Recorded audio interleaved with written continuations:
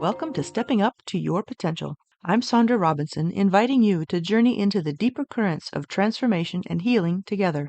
I'll explore insights which aim to connect the dots and reveal the bigger story of our collective growth and amazing potential. Join me by stepping into this journey of discovery and empowerment. Years ago, my husband and I were having one of our many philosophical conversations about emotional truths. He brought up the topic of betrayal, and I sat with it for a bit before realizing something that surprised even me. I don't actually believe in betrayal, at least not in the way most people mean it.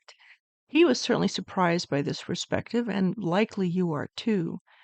His first thought was that clearly I hadn't experienced betrayal and therefore was naive on the subject.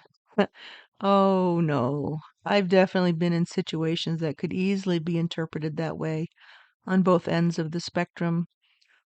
After all, I'm not without sin, and I don't pretend to be. But I do try to learn from my mistakes so I don't repeat them often. Eventually, I was able to explain that I don't believe people really betray other people.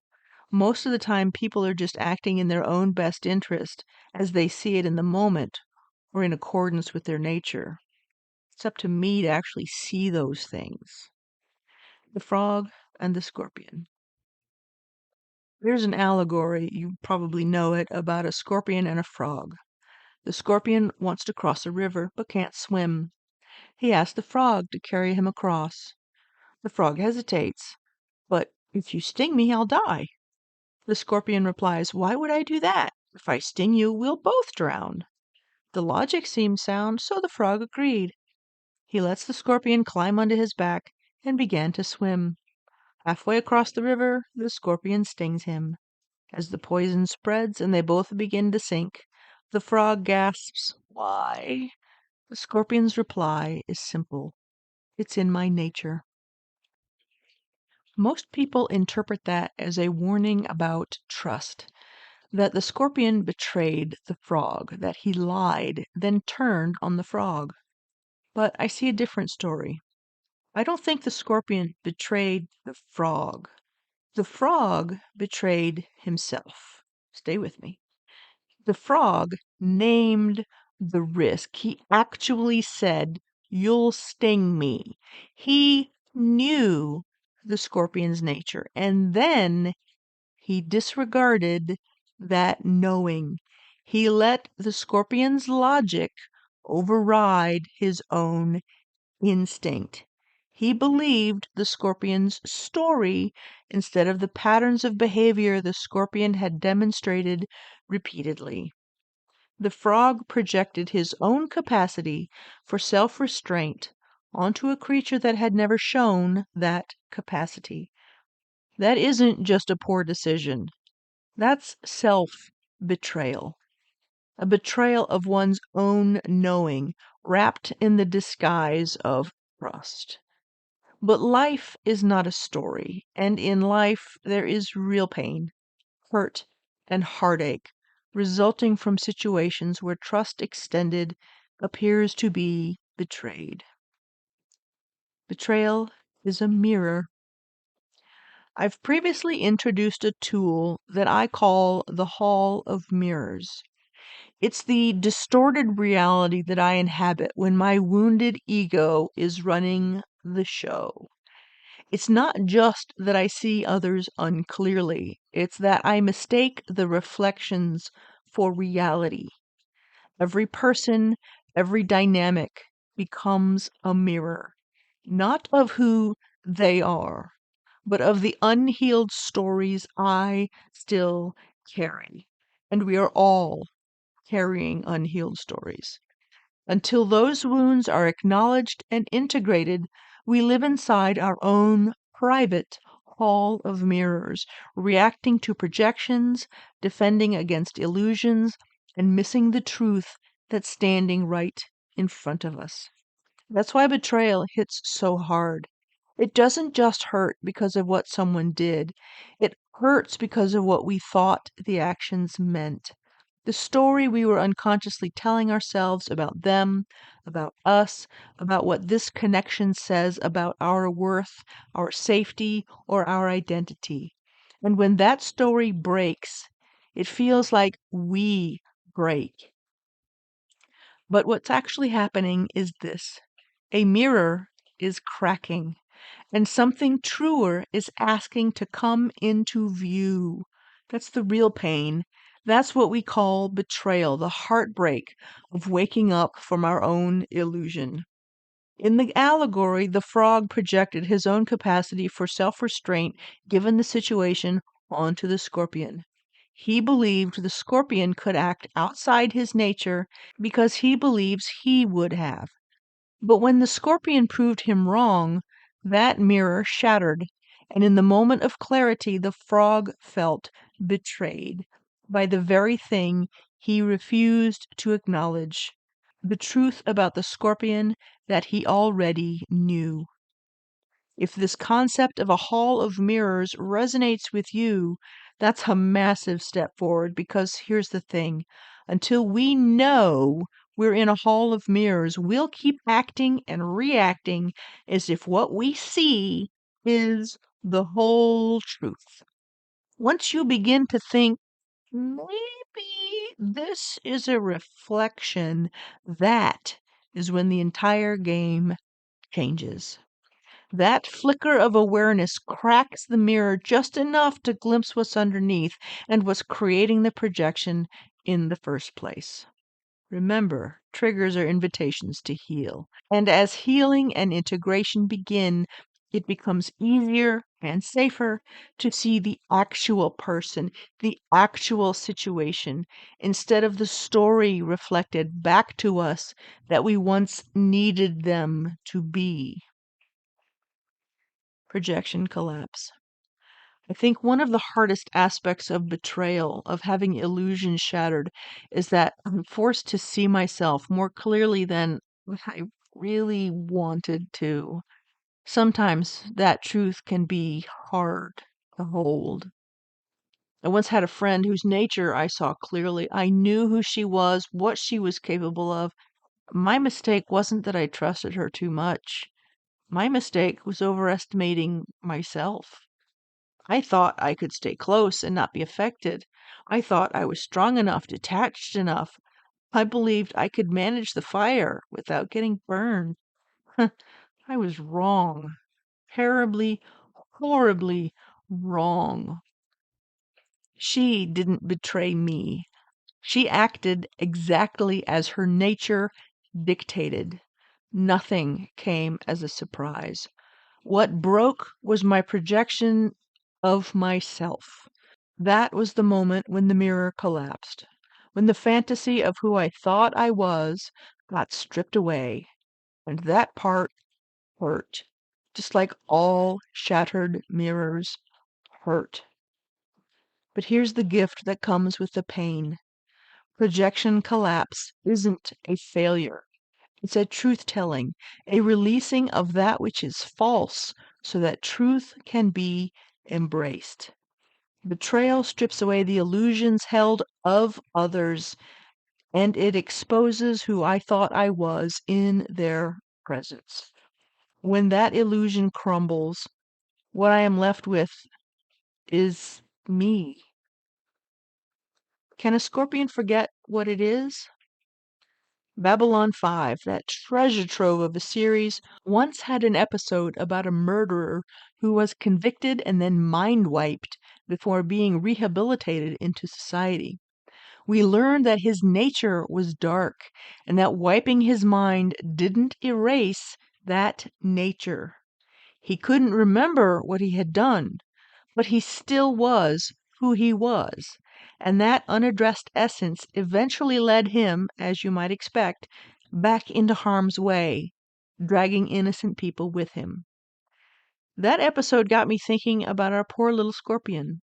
In the allegory, I assumed the scorpion was manipulative, that he lied to the frog in order to get what he wanted. But what if he wasn't lying to the frog? What if he truly believed he wouldn't sting the frog?